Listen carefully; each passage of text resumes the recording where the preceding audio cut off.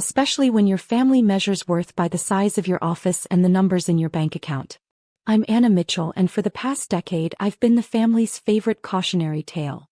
It all started when I chose to leave my cushy corporate job at Anderson and Mitchell Corp. Yes, that Mitchell, my father's company, to start my own consulting business. To say my family was less than supportive would be an understatement. "You're throwing away a perfectly good career," my father had said, his disappointment evident in every syllable. "Vice president at 25 and you want to become what? A freelancer." But I had seen enough from my years inside the corporate machine.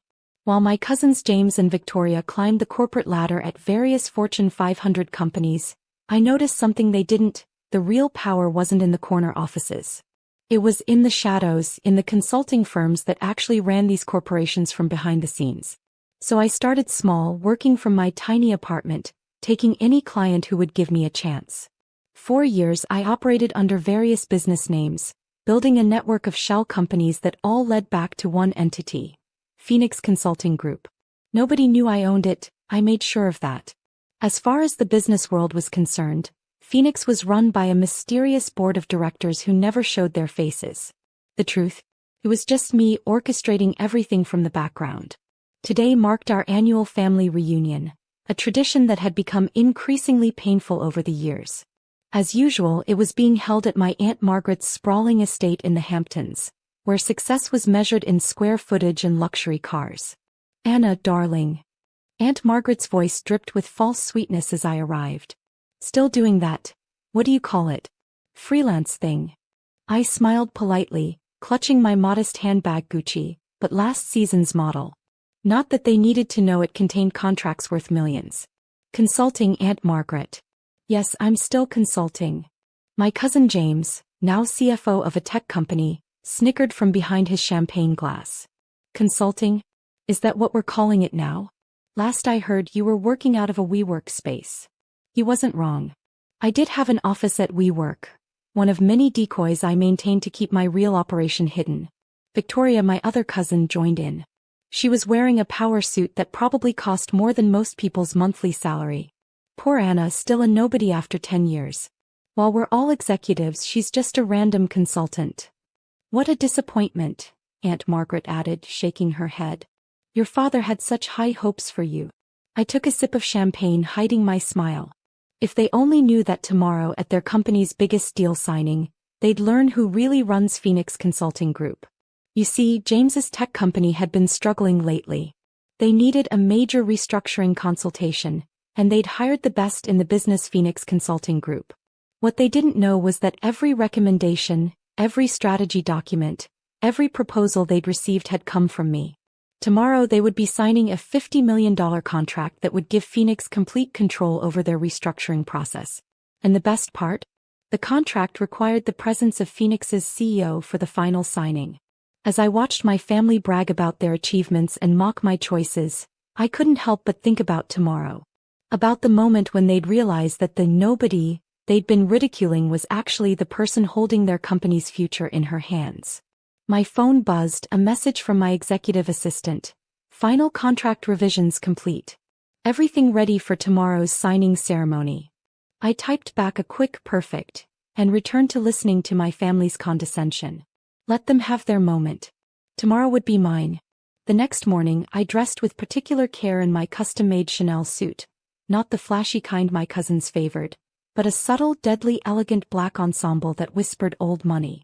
My Louboutins clicked against the marble floor of Phoenix Consulting Group's real headquarters, a sleek, understated office in a historic building downtown, not the WeWork space my family thought I worked from.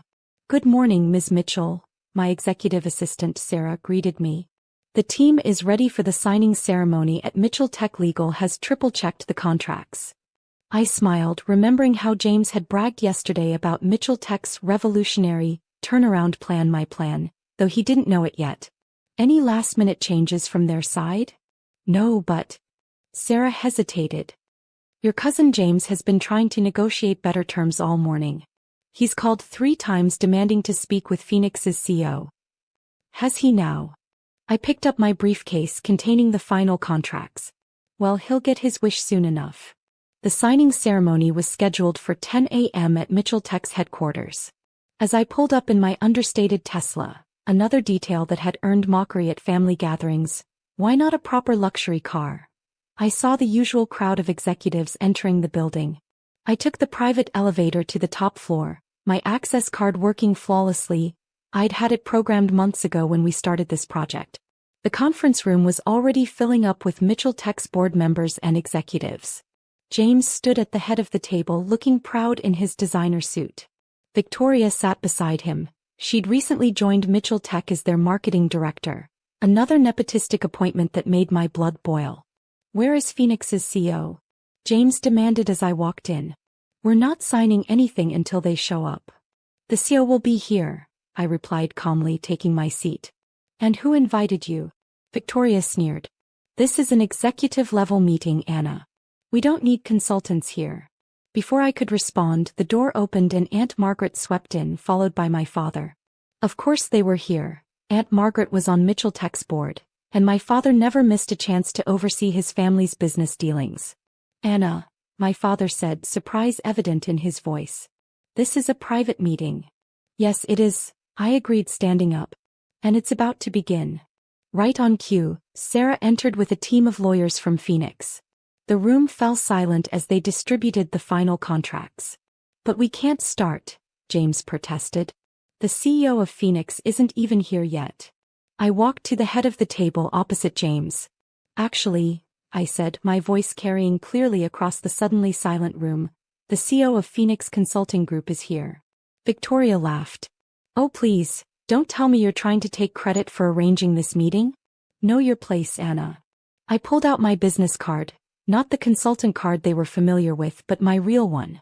The one that read, "Anna Mitchell, CEO and founder, Phoenix Consulting Group."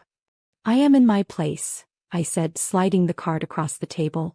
"Right where I've always been, running the company you've been desperately trying to impress for the past 6 months. The color drained from James's face as he picked up the card. What happened next would become family legend. The silence in the room was deafening.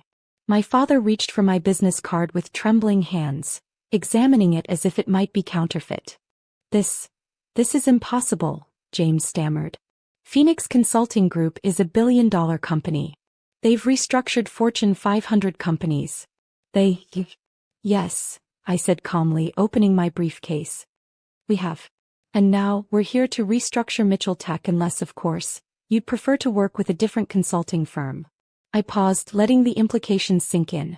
"One that hasn't already spent 6 months analyzing your company's weaknesses?" Victoria jumped up. "This is a trick. She's lying."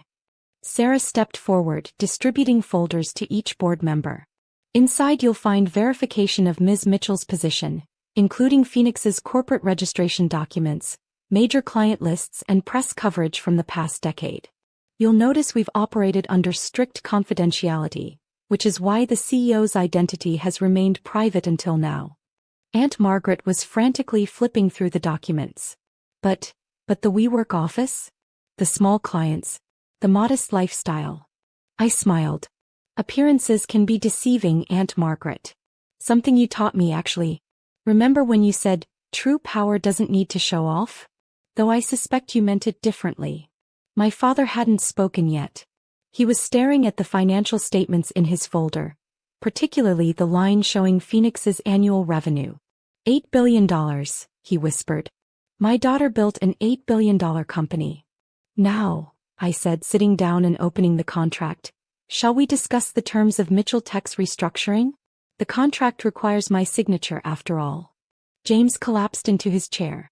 "The recommendations, the strategies, they all came from you?" "Every single one," I confirmed, "including the suggestion to replace the current CFO with someone more qualified." I met his eyes. "Someone without a history of overlooking major financial risks." Victoria gasped. "You're firing James?" "Phoenix Consulting Group is recommending new leadership," I corrected. "Whether Mitchell Tech follows our recommendations is their choice. But our contract does give us final say on executive appointments during the restructuring period."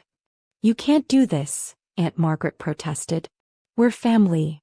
"Exactly," I replied. "And family should want what's best for the company, shouldn't they? Not just what's best for themselves." I turned to my father, who hadn't taken his eyes off the documents. Dad. He finally looked up, and I saw something I'd never seen before: respect. Pure, unqualified respect. All these years, he said quietly, while we were judging you, mocking you, you were building an empire. I learned from the best, I replied. You taught me about business. Aunt Margaret taught me about power. James and Victoria taught me what not to do. And I took those lessons and built something bigger than any of us. I picked up my pen. Now shall we sign? The markets are waiting for the announcement. One by one they signed. James looked defeated, Victoria furious, and Aunt Margaret shocked. But my father, he was smiling. After the signing, as the lawyers filed out and the board members dispersed, my father stayed behind. I was wrong, he said simply. We all were. Yes, you were, I agreed. But that's business. Sometimes we win, sometimes we learn.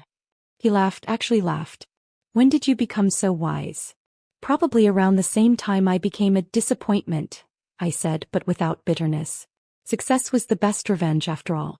That evening, as I sat in my real office, the entire top floor of a downtown building, I received dozens of messages from family members who'd heard the news. Aunt Margaret invited me to discuss opportunities. James wanted to explain his side. Victoria sent a lengthy apology. I left them all unread. Instead, I opened my laptop and began working on Mitchell Tech's restructuring plan. Because at the end of the day, I wasn't just their relative.